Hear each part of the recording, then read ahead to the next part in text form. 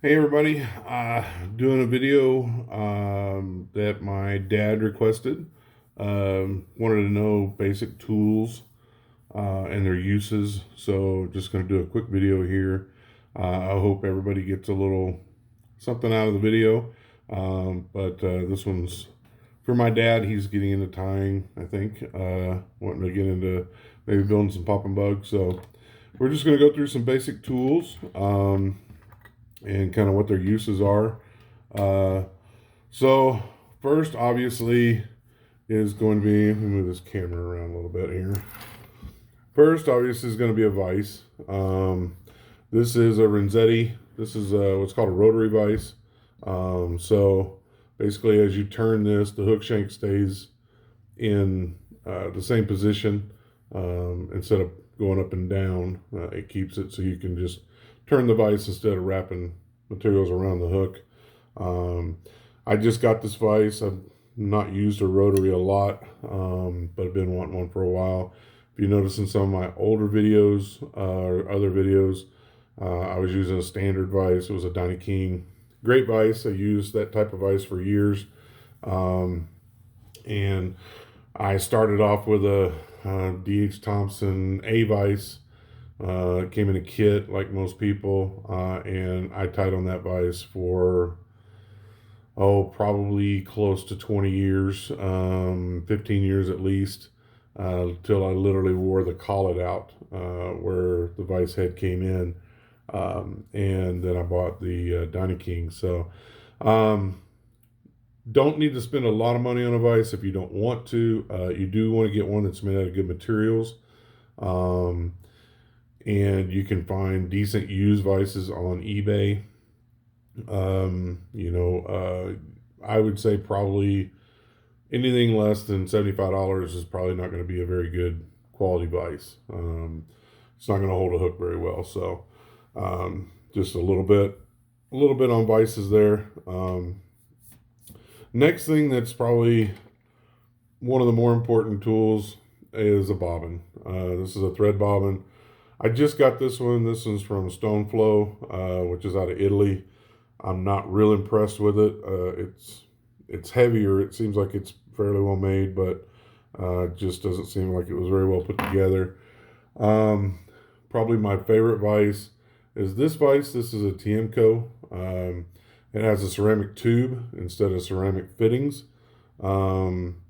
Great vise. I'm sorry, great bobbin. I've used it for a long time. I've owned this. Probably the best economic bobbin out there is the Griffin. I think you can get these for about $13 or $14. They do have a ceramic insert, if you can see right there in the end. So it does protect your thread. And I use these on threads down to 14/aught. So really good quality. I don't even know if Mattarelli is still in business, but I started off using their bobbins, and they were great stainless steel tube bobbins. But the ceramic is kind of the way to go now, especially on flat thread. I think it works a little bit better. Um, Probably the next thing after that is going to be scissors. I have several pair. These are Dr. Slick. I've used Dr. Slick probably almost exclusively. They have nice big finger holes. I've got pretty good sized hands. This is their standard fine point. I also have a set of curved fine point scissors. So they're just curved at the end there. And I like those when I'm doing kind of maybe smaller stuff. And then I also have a pair of Dr. Slick hair scissors, which I'll get out. So if I'm doing a lot of hair bug stuff or I'm cutting a lot of hair, these are great scissors. They're a longer scissor. I think they're 4.5 inches or 5 inches long. A little bit beefier. You can kind of see they're still a fine point, but they're just a little heftier scissor, and they also have a very fine serrated edge on them. And they work really well if you're doing a lot of hair work or stuff like that. Excuse me. Probably the next tool that most people are going to use or be familiar with is a hackle plier. This is one that I picked up. It's got a brass piece on one side and a rubber piece on the other side. Those work really well. These are D.H. Thompson's, actually. They made a lot of tools. They're not in business anymore, but you can still find some of their stuff online. This is called a rotary hackle plier. It's got a small deal at the end there, and then this piece spins, so it just kind of spins inside itself. Great tool. I like these probably best. These are my favorites. And then this is what's called a teardrop hackle plier for obvious reasons, and you actually just squeeze it to open the jaw. I actually just use these for beads. I don't really use these for anything other than picking up beads. Next is a bodkin. A bodkin is basically just a needle with a handle on it, and I use a bodkin. This one was made by a buddy of mine out of a piece of an old cane fly rod. This one's really fine. It's got a real fine needle on it. And then this one I made out of a half hitch tool. I don't really use a half hitch tool that much, and I wanted a bigger bodkin for doing saltwater stuff. Bodkin you just pick stray hairs out with. What I use the bigger one for, you'll heat this needle up and push it through a foam body of a popper to create a hole for the rubber legs. And that's what I designed this one for. This one I use for normal, just everyday tying. You can also use these. I use them to put on head cement or clear coat, just stuff like that. The other tool that I use a lot of is a hair stacker. It's just a two-piece deal. You put your hair tip down in there, tap it, and then the tips of your hairs are lined up and even. This is the one that I think this is a Matarelli. I'm pretty sure. This is the first one I ever owned. It's an old brass one, and I still use it some. And these come in all different sizes. This is a standard size. They make a magnum size for doing packing deer hair. When you're spinning hair, you're using a bunch of it. Saltwater flies, stuff like that.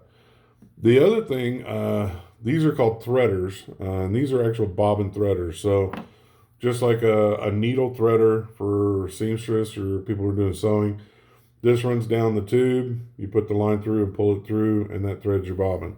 The other thing I use these for is, again, once I've created that hole in the popper, I run this through, put my rubber legs through, and pull it back out. You can make these. I've made them out of guitar strings. The clipped ends, once you put the strings on, you've always got some excess down there. And just heat up the ends and push them into a bead or glue them in there.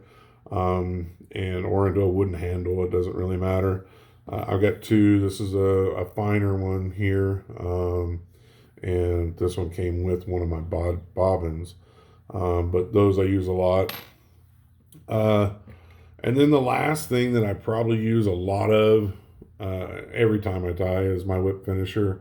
This is a Matarelli whip finisher I bought, I don't want to say 25 years ago. It spins inside the handle, which is very key and important. This one has a very fine point on it. I've used this whip finisher a lot and love it. This was, you can, many different companies make these. You can, I don't know if you can still get the Matarelli, but there's a lot of different brands out there, and I'm sure they're all fine tools. Other than that, I always have a couple pairs of tweezers laying around, small pair of pliers, a razor blade, and I use an old pair of scissors to cut wire. I don't use my good scissors to cut wire. That's pretty much it. I don't have a lot of tools. Like most people, I have over the years collected a lot of tools that were supposed to be the new next best thing. But I still stick with pretty much the basic tools. So if you have any questions, leave them in the comments. I'd be happy to answer and go into more detail on the tools if you'd like. Hope you guys enjoyed the video.